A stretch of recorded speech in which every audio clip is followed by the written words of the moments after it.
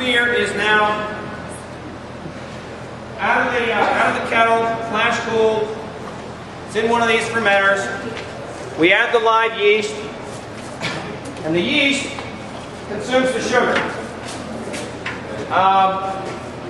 As it consumes the sugar, it's creating alcohol and carbon dioxide. Initially, we allow the carbon dioxide to just blow off. I have none that I can use for demonstrators right now because they're all a little beyond that phase. But if you come in here, anybody here a home brewer? Okay.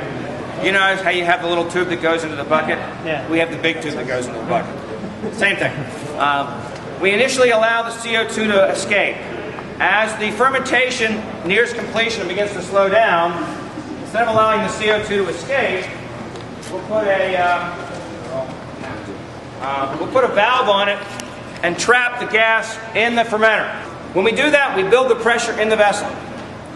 Over time, that pressure of the CO2 in this vessel will dissolve into the liquid, and that's how you get your natural carbonation. So, once the beer is now fully fermented and naturally carbonated, we will lower the temperature in this vessel down to about 29 degrees Fahrenheit.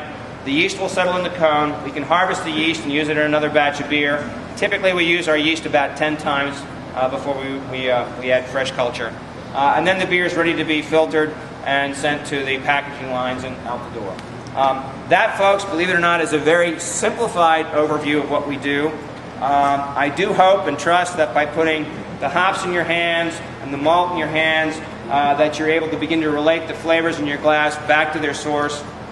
Obviously, my primary mission here is to make you devotees of Clipper City Brewing Company, but in the event that I haven't been able to do that, then I would ask you to do a couple of things. If it's not us, make it somebody else local, and if it's not local, make it somebody else in the craft beer segment. Thank you very much for coming. If you'll follow me, we can go back to the hospitality room this way.